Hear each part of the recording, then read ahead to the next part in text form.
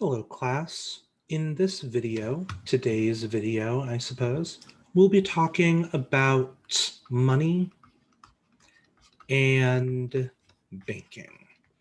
Now, we'll have already talked a bit about money, and we'll have talked quite a bit about banking in earlier sort of topics and units, but I want to just take a moment to, talk about money in a specific way and then talk about banking more generally. So with regard to money, what I really want to talk about are the three types of money or types of currency that a society might go about using.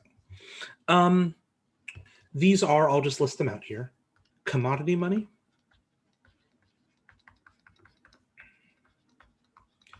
commodity-backed money,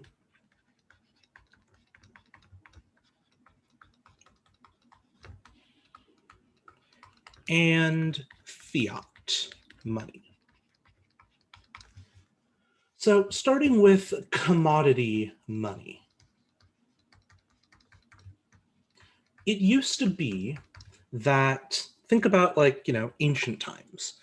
The most common material that was used for money was probably, I'm not a historian, but the most common type of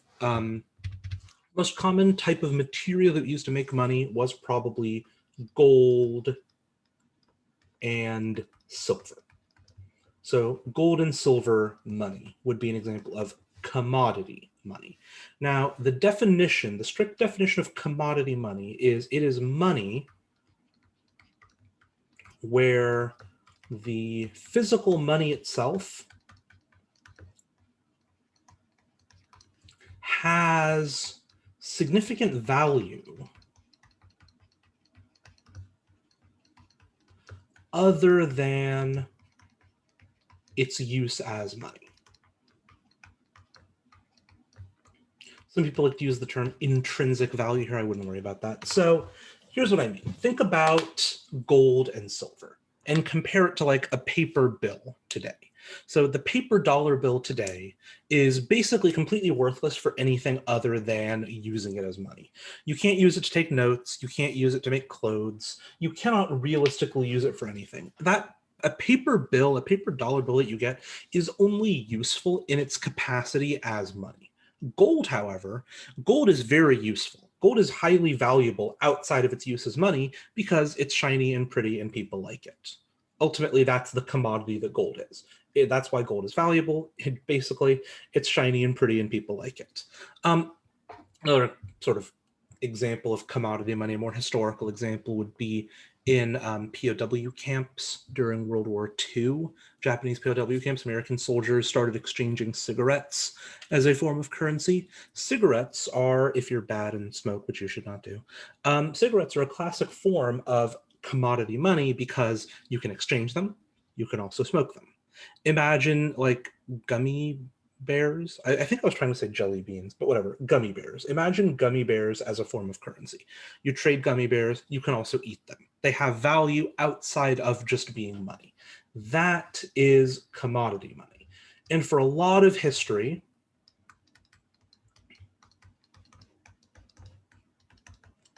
that's what money was.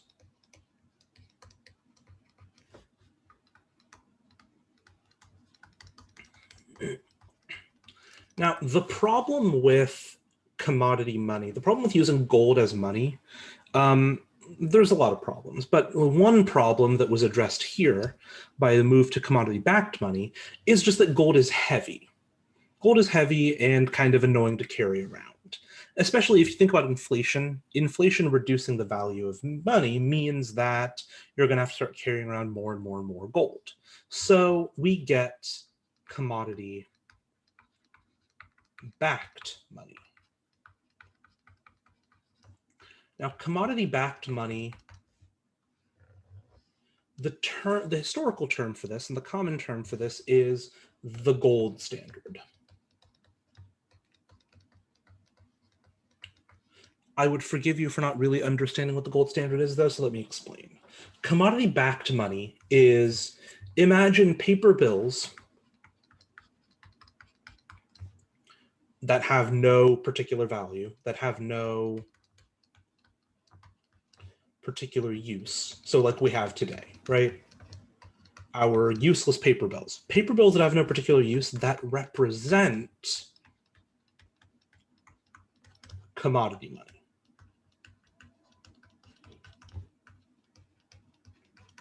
So think about it this way. In a commodity-backed money system, $1 represents one gold coin.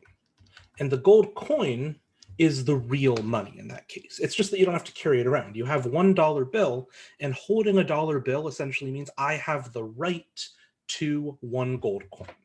And you can go to a bank at any time to exchange your dollar for gold. To be clear, you cannot do this today. You cannot go to a bank with a dollar and say, give me some gold. They will not give it you any, because today we are off of the gold standard. We no longer use commodity-backed money. But for a lot of US history, this was how money worked up until the 1970s. The money that we had, the paper bills that we had, represented, they were backed by commodity money. They were backed by gold. In a way, gold was the real money. And when you gave someone a dollar bill, what you were essentially doing was saying, here, you now own the gold coin that this dollar bill represents. But because we have the paper bills, we don't have to physically move the gold around. So that's commodity-backed money.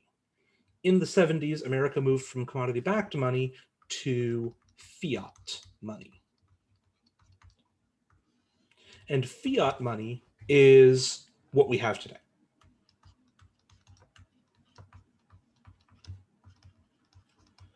Fiat money is when you have those paper bills that are backed by absolutely nothing, other than, I guess, people's faith in the currency. And in the currency and the government that issues it. So faith in, not just the US, faith in the government. This applies to pretty much any country. Fiat money is money that it just exists. The government just creates it. It's not backed by any particular commodity. Gold is not involved in any way. It's just money that exists.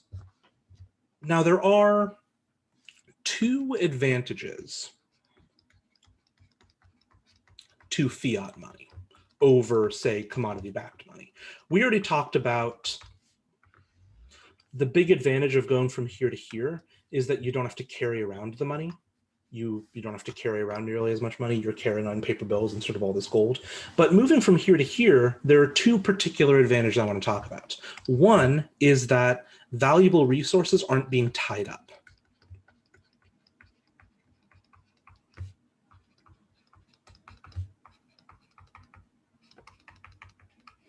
If we have to use gold as money, if gold is the actual money, that means there's lots of gold that's just going to be sitting in bank vaults and in banks and in people's houses and in people's pockets, right? Gold is not going to be used for what we actually want to use it for, which is, jewelry and ornamentation and making shiny stuff. So we're tying up a valuable resource when we use it as money. But fiat money, again, the paper bills we use are essentially useless for anything other than paper. So, or essentially anything other than money. You can't even really use it as like printer paper. So because the money that we print as fiat money is completely useless for anything else, we're not tying up those valuable resources as money. We can use the valuable resources for what we actually want to use them for. In the jelly bean example, right? If jelly beans are your form of currency, you can't just eat your jelly beans because you have to save up your jelly beans in order to spend them on other stuff. But fiat money, you don't have to worry about that. And then the other big advantage to fiat money, and this is what we're going to get into over the next couple of lessons, I suppose. The other big advantage to fiat money is you can just create more, you being the government. You can just create more of it whenever you want. You can't really create more gold. I mean, you can, but you have to mine it, and it's not exactly reliable. and you can't specifically do it during recessions, right? But with fiat money, it is backed only by the faith in the government. The government creates it. So the government has absolutely no problem just making more and more and more of it. So again, today we have fiat money, used to have commodity-backed money. Before that, we had commodity money. And in a way, we're kind of, it's an improvement with each step to where we are now. Okay. And I guess I don't have to pause like that because you can literally just pause the video. Anyway, banks. Does this seem like an abrupt transition? Yes. Oh well, get over it. So banks, as we've already talked about, when we're talking about banks, strictly speaking, there are central banks and commercial banks. What we're talking about here are commercial banks. In other words, you've got your Bank of America, your Chase Bank, your Wells Fargo, banks like that. Now, banks borrow from households and businesses. That's what it is when you put money into a bank. When you put money in a bank account, the bank is borrowing money from you.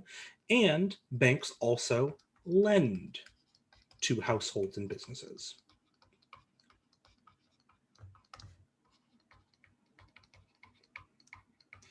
They do both. In fact, banks are what are known as financial intermediaries,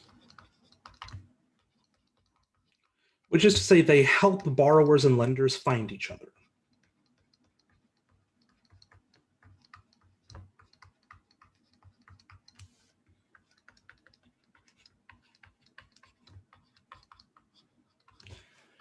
If you're trying to find someone to borrow money from to buy like a house, you're going to need to borrow a lot of money to buy a house, maybe thousands, hundreds of thousands, maybe even millions of dollars if you want to buy a really expensive house, right? And it's very unlikely you're going to find one person willing to lend you all that money. You're probably going to need to borrow from a lot of different people, which can be a very hard thing to find. It's going to be very difficult to actually find people to borrow from in order to buy a house. What a bank does is everyone just puts their money in a bank. And then people go to the bank and the bank takes that money and lends it out. So you don't have to worry about finding lenders. If you're a lender, you don't have to worry about finding borrowers. The bank does all that work for you. The bank gets all the borrowers, gets all the lenders, puts all that money in one place, puts all the borrowers' money in one place, all the lenders' money in one place, gives it to all the borrowers. So a bank, and this is something I believe we've talked about, banks essentially just loan out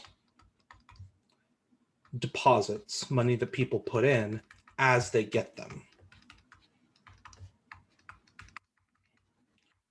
They loan out the deposits as they get them, they collect interest on those loans, and then they pay you back, you putting the money in the bank, they pay you back a little bit of that interest. That's how banks make money. That's how they exist as businesses. Now, obviously, the problem with this is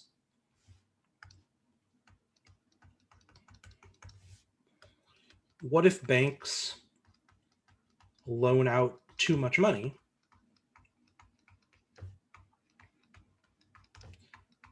and can't pay me back?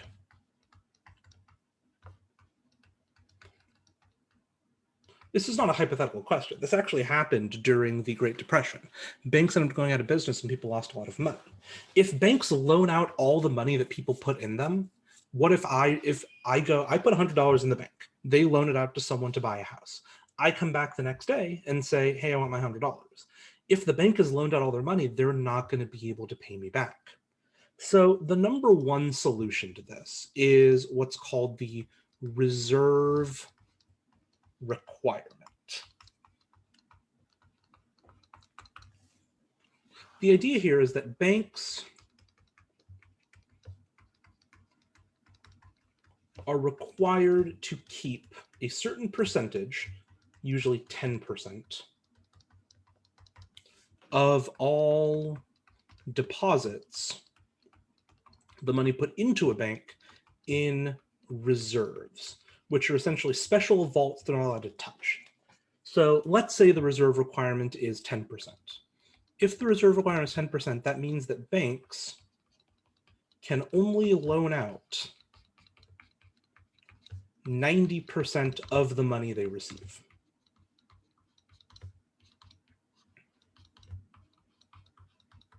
They're allowed to loan out 90%, but they're not allowed to loan out all 100%. They have to keep 10% of it in special reserves just to make sure that they're able to pay people back when people come and ask for their money. Now, as we'll learn, this is a key part of how the government can kind of mess with banks. They can reduce this number, they can raise this number, and we'll talk about the impact of that. But for now, just know that the reserve requirement is how the government makes sure that banks have money to pay you back when you go to get your money from the bank. They set this threshold to make sure that banks will be able to give that back to you. So that's the reserve requirement. And again, that's generally what banks are. We've already talked about interest. We've talked about how interest rates work and how interest rates get raised and lowered by banks to get people to put money back into banks. It's very important to know that banks are these financial intermediaries, and the primary purpose of banks is to help borrowers find lenders and help lenders find borrowers. Now, another notable thing about banks, another interesting thing about banks, is that banks can create money.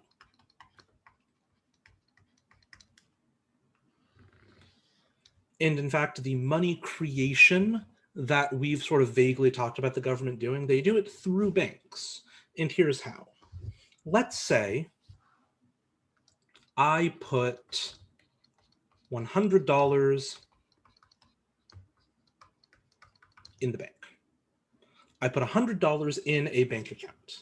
Now the bank, we have a 10% reserve requirement.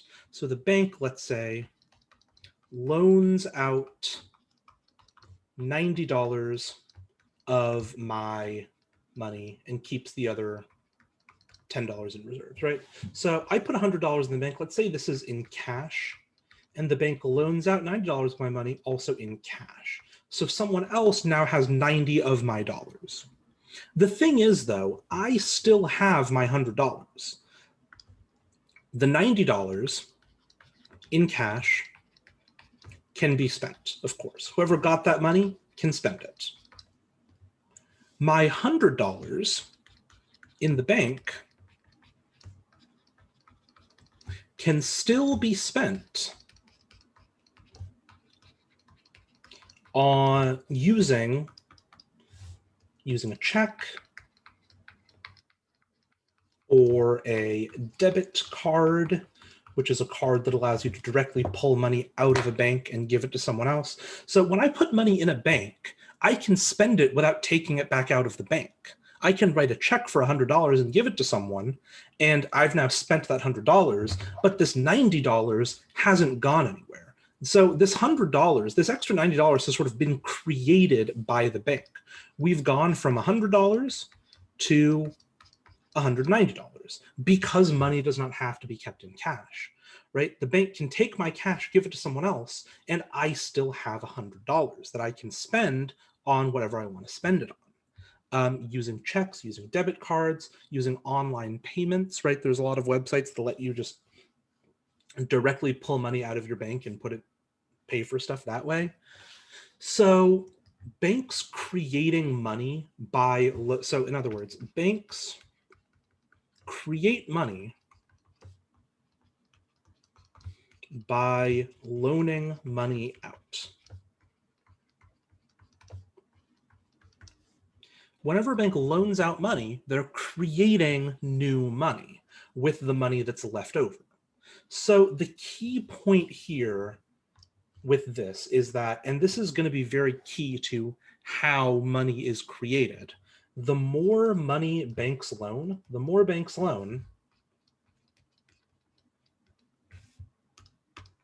supposed to be an apostrophe there, the more banks loan, the more money is created.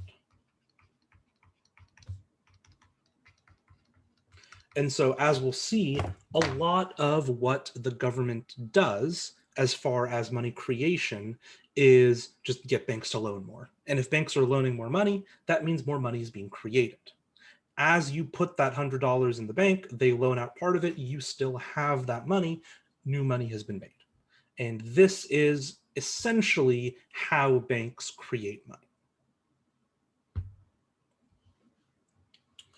Okay, well, that was pretty much the end of the lesson that I had for now. Make sure you're taking notes on all the stuff. All the stuff is, of course, going to be on the comp. That's why we're talking about it.